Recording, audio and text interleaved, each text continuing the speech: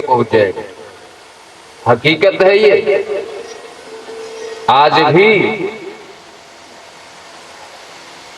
कौन जाता है लेकर के, कन्हैया भेजते हैं। ब्रज में कोई एक दिन भी भूखा नहीं रह सकता, क्योंकि ब्रजवासी कहते हैं पता नहीं किस रूप में मेरा कन्हैया आ जाए। कन्हैया को ब्रजवासी गाली भी देते हैं, लठ लेके दौड़ाते हैं, लेकिन क्या मजाल कि कोई दूसरा कन्हैया को कुछ बोल दे, खून पी लेंगे उसका मत।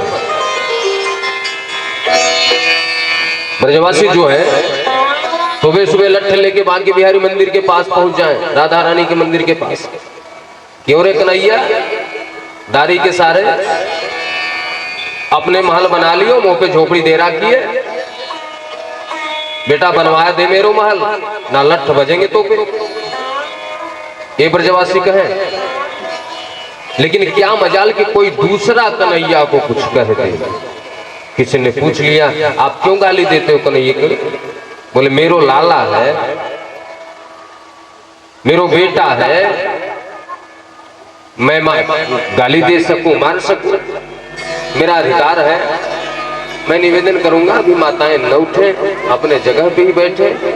ये कथा के बाद आप लोग जो लाए हैं श्रद्धा सुमन वो समर्पित कीजिएगा।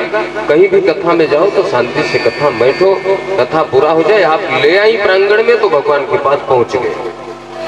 कथा के बीच में उठने से क्या होता है कि चार लोग आपको देखेंगे, कथा में बाधा उत्पन्न होती है।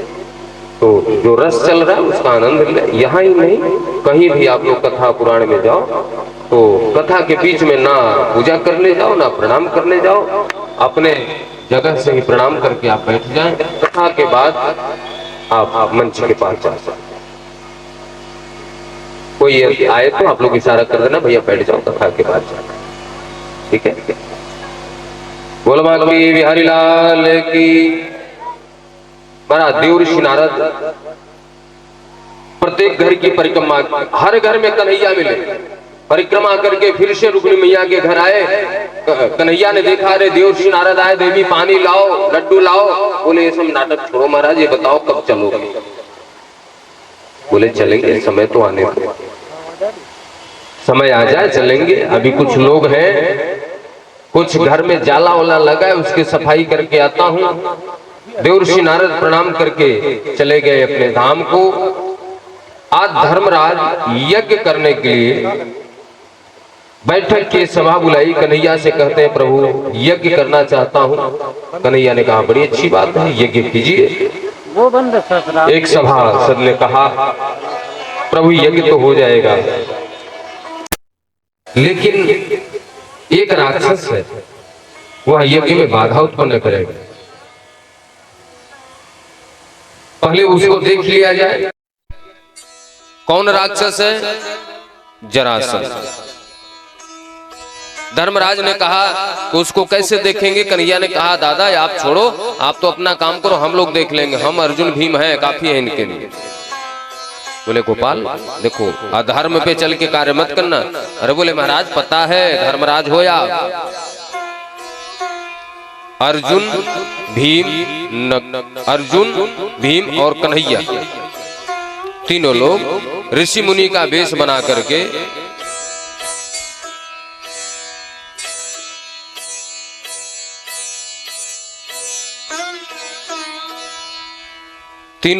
ऋषि मुनि का भेष बना करके जरासंध के दरवाजे गए, आवाज लगाया भिक्षाम देहि। एक सैनिक ने जाकर के दौड़ करके बताया महाराज दरवाजे पे 3 ब्राह्मण आए, 3 मुनि आए हुए भिक्षा मांग रहे। जरासंध दौड़ करके आया, ब्राह्मणों की बड़ी सेवा करता है, क्योंकि 17 बार कन्हैया ने हराया इसको। तो किसी ने मंत्र दे दिया कि अब की बार 11,000 ब्राह्मणों को आगे कर देना, माला लेकर के ओम नमो भगवते जाप करते रहेंगे ब्राह्मण। तो कन्हैया उधर से बाण नहीं चलाएंगे, क्योंकि ब्राह्मणों की सेवा करते हैं केशव। 18वीं बार जरासंध ने युद्ध क्षेत्र में युद्ध सेना के आगे 11,000 ब्राह्मणों को कर दिया।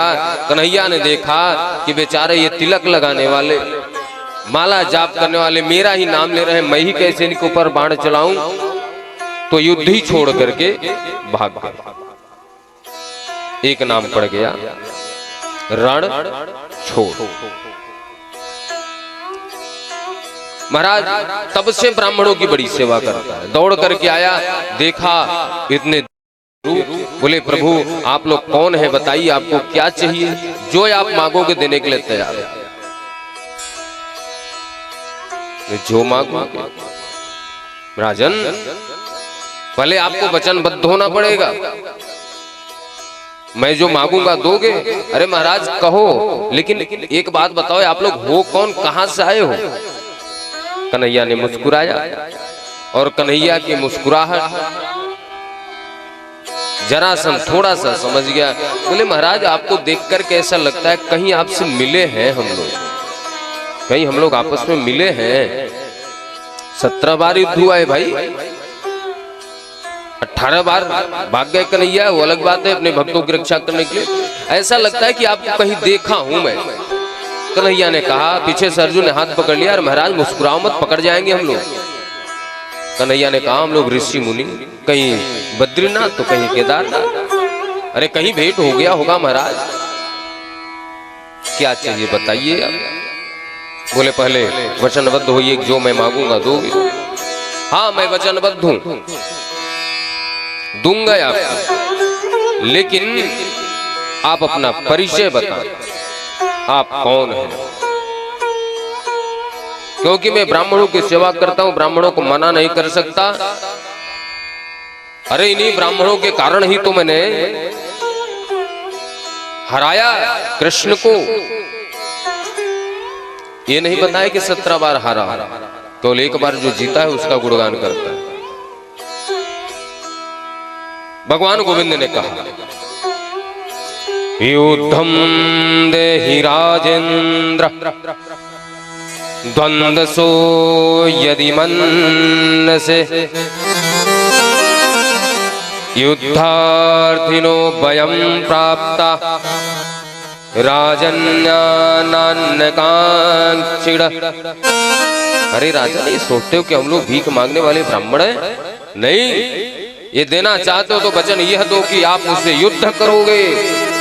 अरे बाप रे, युद्ध मांगने वाला ब्राह्मण तो नहीं हो सकता।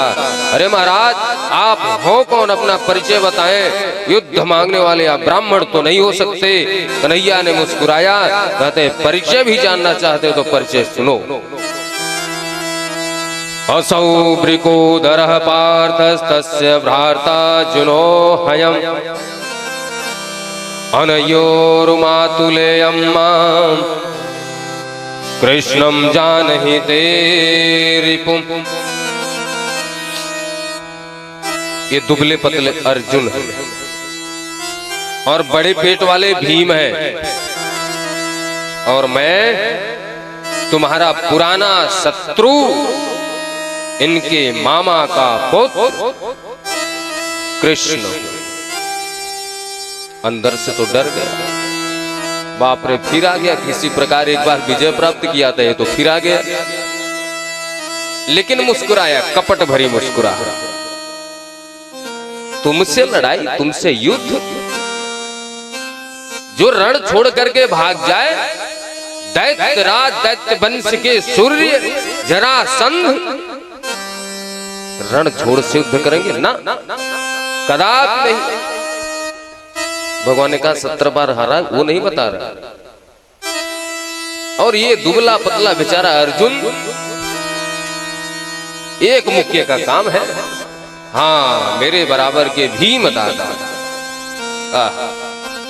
भीम दादा तो फूल करके चौड़े हो गए। कन्हैया से नहीं कहा, अर्जुन से नहीं कहा, इसका मतलब मेरे अंदर बल है, मैं बलवान हूं। कन्हैया बोले अभी पता चलेगा। सुबह हुआ, युद्ध प्रारंभ हुआ, सुबह से लेके शाम तक युद्ध हुआ। भीम दादा ने दोनों